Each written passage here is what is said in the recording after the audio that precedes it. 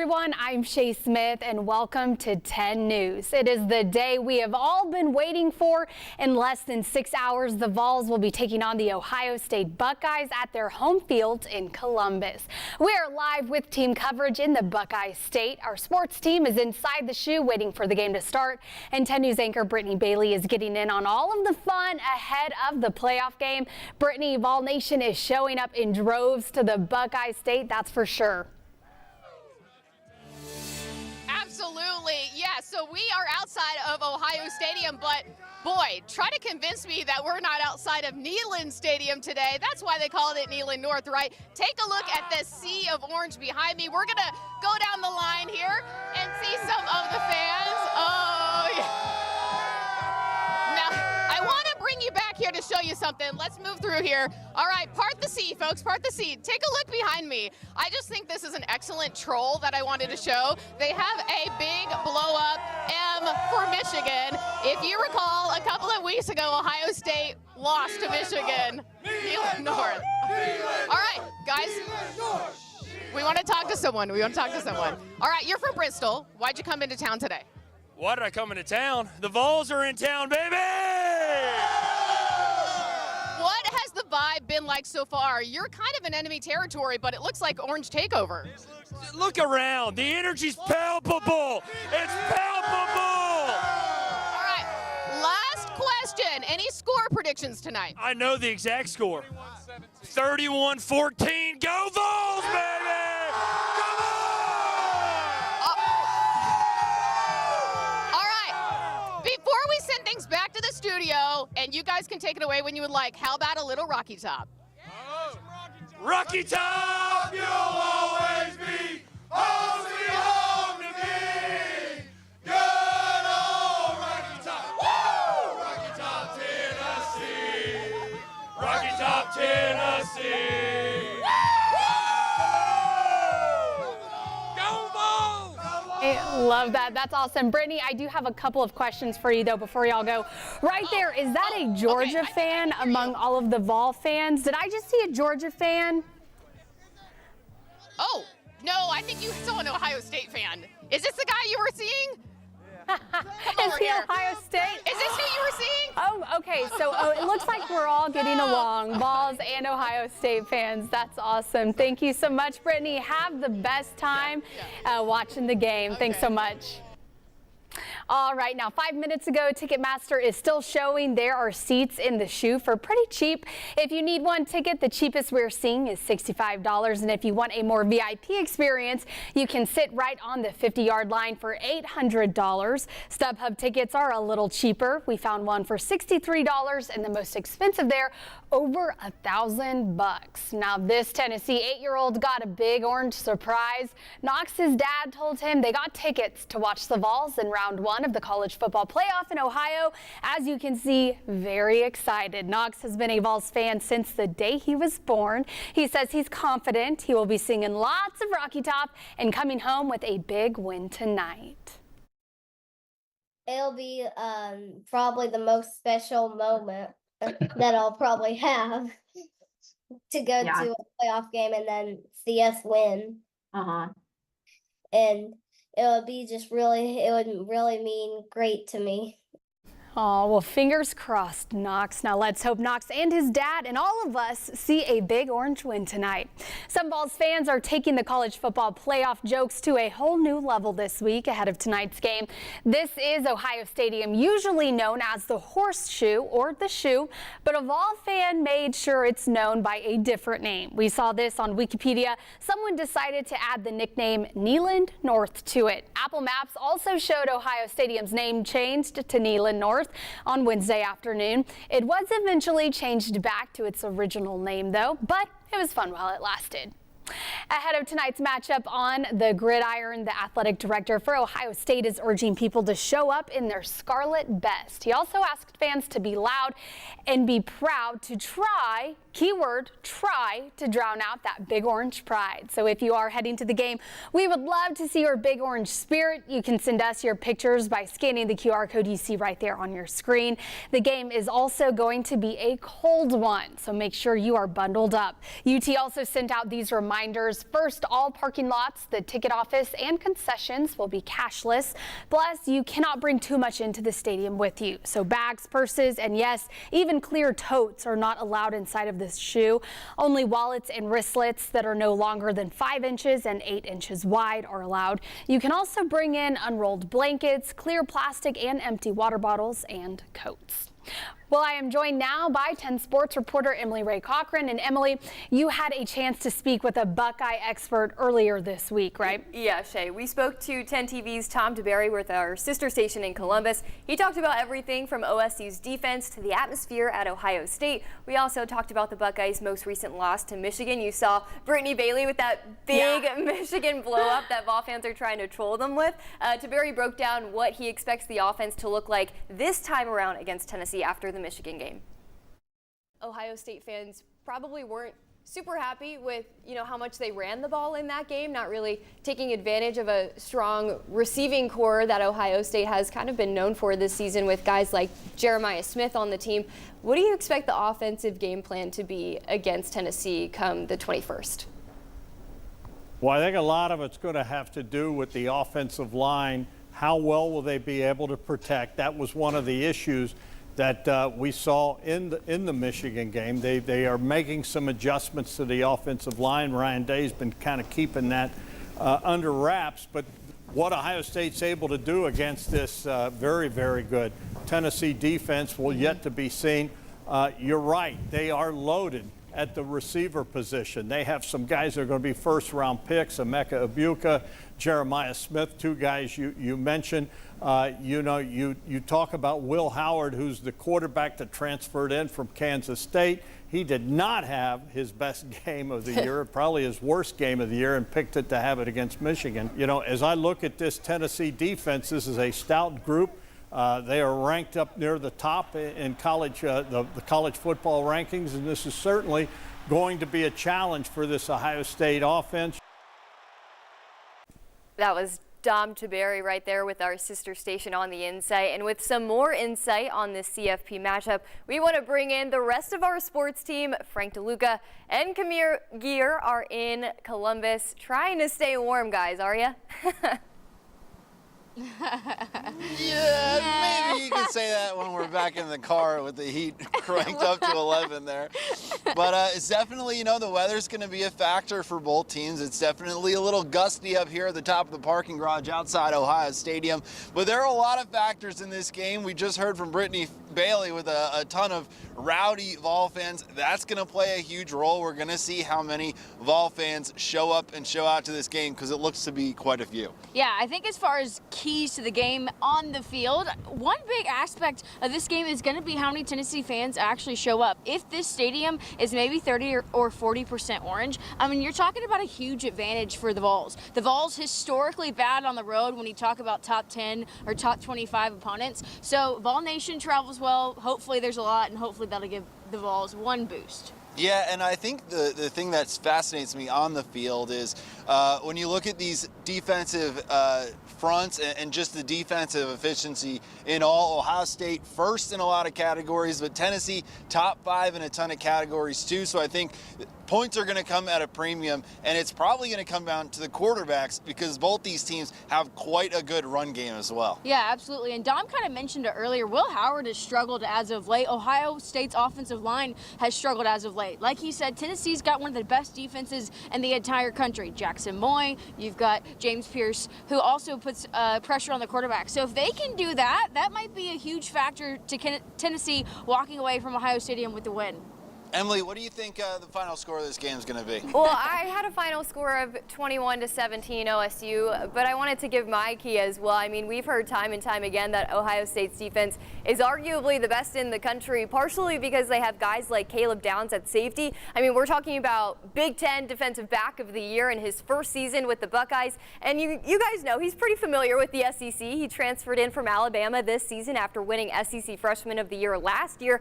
Tennessee, they're going to need to be ready for his blitzes and the pressure he puts on this offense in this one. So yeah, like I said, final score prediction, I'm going 21-17 Ohio State, but what do you guys have?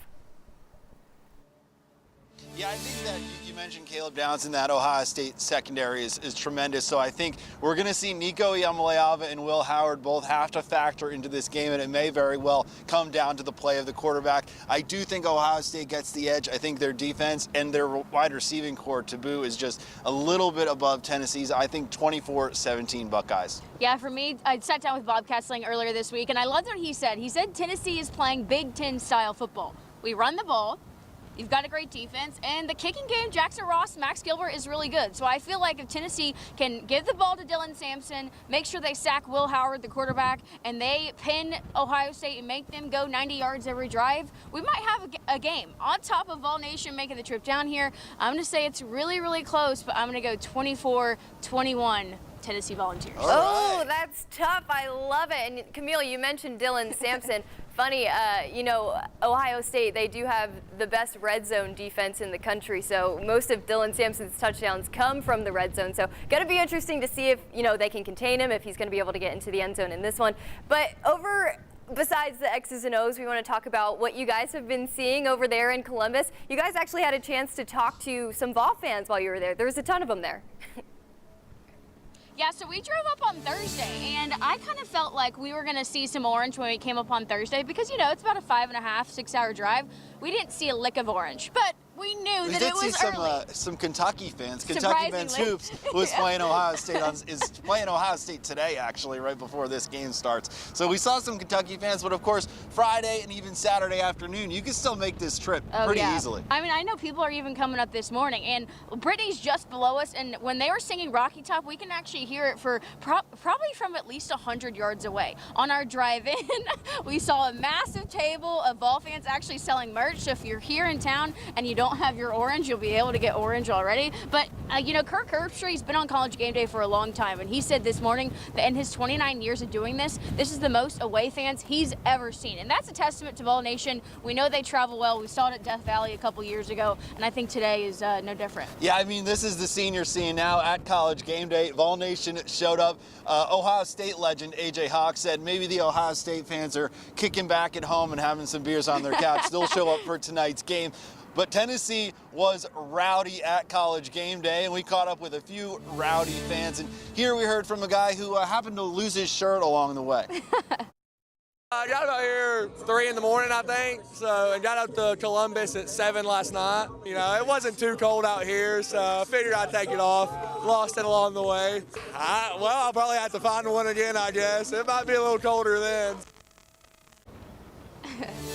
Yeah, I can guarantee you all of my layers are staying on. Yeah, I'm keeping my shirt on, I think. Yep. I don't think I'm as brave as a rowdy Tennessee fan is, but it's definitely going to be very interesting to see the way Vol Nation packs these stands. We heard about the 3,500 tickets. There are going to be way more than 3,500 Tennessee fans in attendance tonight. I love it, guys. Thanks so much for the insight, and keep your layers on, please, for all of us back here at Channel 10 in the studio. Thank you guys so much. More coverage from them after the game tonight, but for now, Shay, I'll send things back to you. All right. Thanks, y'all. Stay warm. Well, we will be bringing you full coverage all night long inside and outside of the stadium, so be sure to stay up to date with us. All you have to do is download the WBIR streaming app. It's free and available on Roku, Apple TV, and Fire TV. The hype for tonight's matchup is growing for fans and coaches from both teams.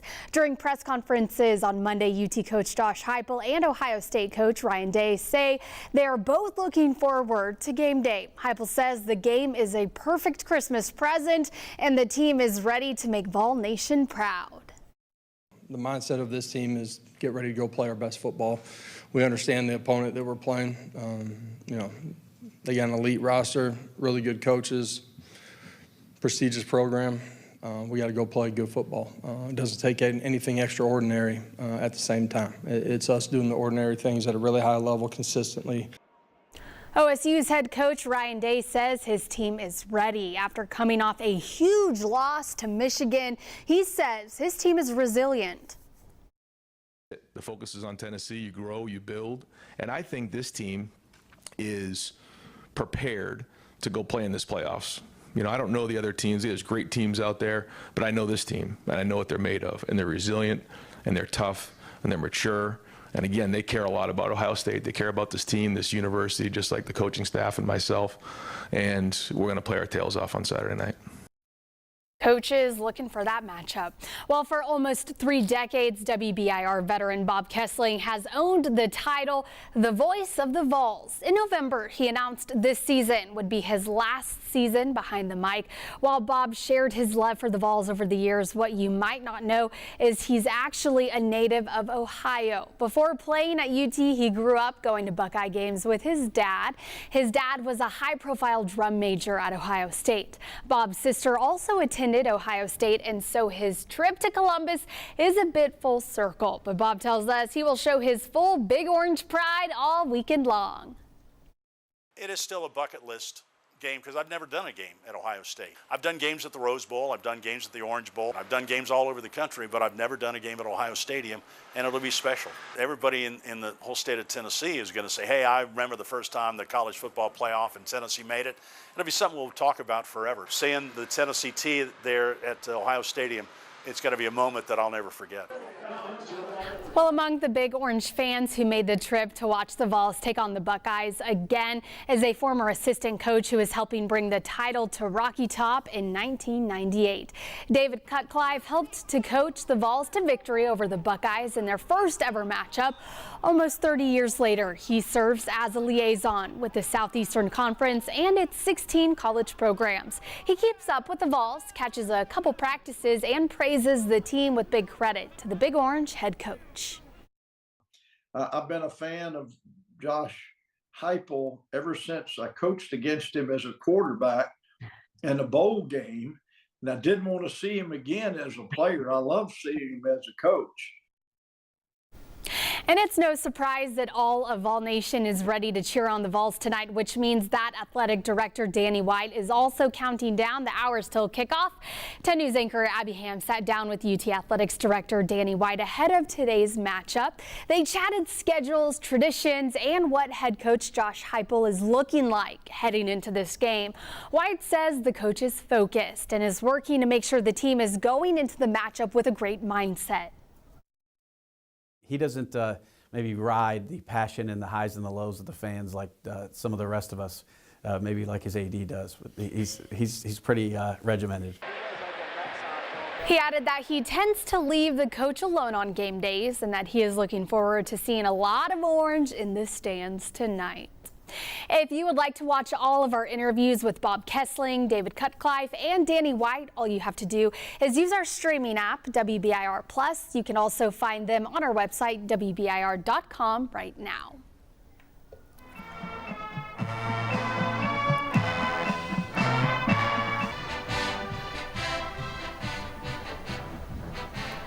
We all know how deep tradition runs at the University of Tennessee, but that's also true at the Ohio State University. Yes, emphasis on the. So let's break down what makes the Tennessee so special and Ohio State almost as special. Let's start with the mascots. It's the Tennessee Volunteers versus the Ohio State Buckeyes. Vols versus Bucks. Big Orange versus Scarlet and Gray. Smoky versus Brutus. And when it comes to game day traditions, things kick off early for both teams. At Ohio State, it's the Skull Session. It started out as a final rehearsal for the band, but now it's a game day staple with performances and a speech by the coach. At UT, it's the Vol Walk and Band March, of course. Fans lined up to welcome the band, cheer team, players, and coaches to Neyland Stadium. And speaking of stadiums, there are few stadiums as iconic as Neyland Stadium, nestled along the Tennessee River and named after the iconic former head coach, General Robert Neyland. The capacity is now nearly 102,000. In Columbus, the Buckeyes call Ohio Stadium home. That stadium is nicknamed the Horseshoe because of its shape, the shoe for short. It can seat just a few more fans than Neyland, with capacity topping 102,000. Now let's talk music. As we know, there is no fight song more iconic than Rocky Top. Just try not to sing along when it starts blasting through the stadium. Then at the end of every home game, the Vols line up for the Tennessee Waltz, one of the state's official songs. At Ohio State, playing Hang On Sloopy is a longtime band tradition, and the school also has 2 fight songs, Buckeye Battle Cry and Across the Field. And it's also a tradition for the football players to line up at the end of every game to sing the alma mater, Carmen, Ohio, as the band played. And speaking of bands, this matchup is as tough as the Vols versus the Bucks. At Tennessee, the pride of the Southland Band makes the Vols proud each and every game day, forming that famous T for the run-through and giving us that touchdown soundtrack. At Ohio State, it's the best damn band in the land. Yep, that's the name. The band is famous for its Script Ohio, with a sousaphone player dotting the I.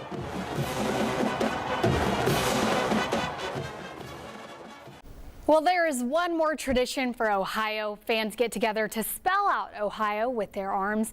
And if you shout OH among Buckeye fans, you're sure to get an IO in return.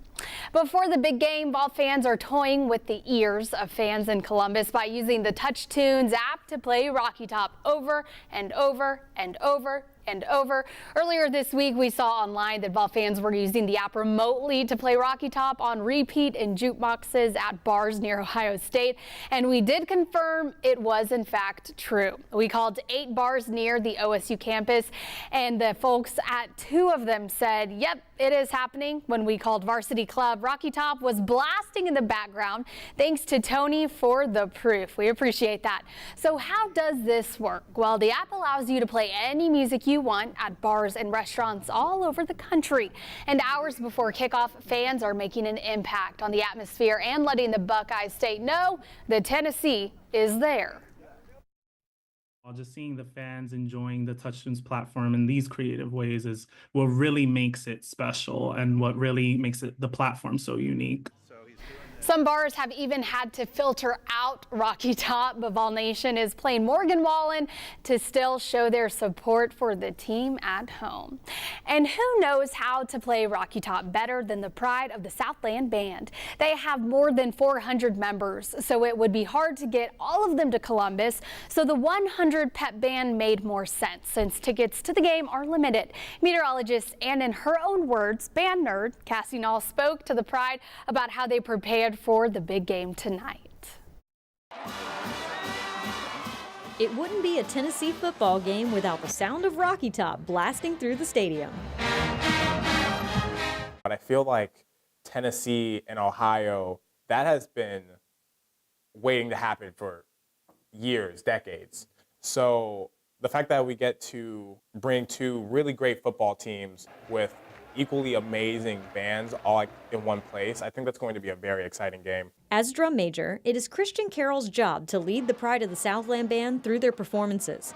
The band has 415 members this year, but due to limited ticket numbers, the University of Tennessee will only be taking 100 musicians to Columbus. Christian says that won't be a problem when it comes to the energy fans are used to hearing from the pride. The quality of the musicians here is just really outstanding. So even with the select instrumentation, with these amazing players that we're bringing, no matter the size of the amount of people that we're bringing, you're always going to be able to hear it throughout the entire stadium. And while the pride has never set foot in the shoe before, their director, Dr. Stewart, has. I actually spent 10 years there. I got all 3 of my degrees there. So I marched. I was a trombone player for 5 years in F row there in the trombones. My wife was a trumpet player. My sister-in-law played trumpet for 5 years in the Ohio State Band. So, you know, that's where we grew up. To be clear, Dr. Stewart bleeds orange now and will be rooting for the Vols this weekend. He also knows exactly what the band needs to do to be prepared to play a game in Columbus. The Pride has 60 tunes that they rotate through while playing in the stands, and that variety is one of the things that sets the UT Band apart. We are very involved during the game. In game, you will hear us playing constantly, especially on defense. Offense, we take it easy because we want the group to communicate. But when defense starts, we're playing every single down. And if not, I'm usually yelling at Christian to play something. The band will not perform a pregame or halftime show in Ohio, but you will still hear plenty of Rocky Top this weekend. we take pride in that. We take pride in bringing energy to the team, trying to bring Neyland, to a place like Columbus so that the team, the fans hear something and see something familiar. In Knoxville, I'm Cassie Knoll. Go Vols! Now, if Tennessee wins, all of the 415 members of the Pride of the Southland Band will go to Pasadena, California to march in the Tournament of Roses parade. They will also support the football team in the Rose Bowl on New Year's Day. Well, that is all we have for you right now, but make sure to stay with us before, during, and after tonight's big game. Kickoff against Ohio State is at 8 o'clock tonight, which is less than 6 hours away. Let's go Big Orange, and of course, go Vols!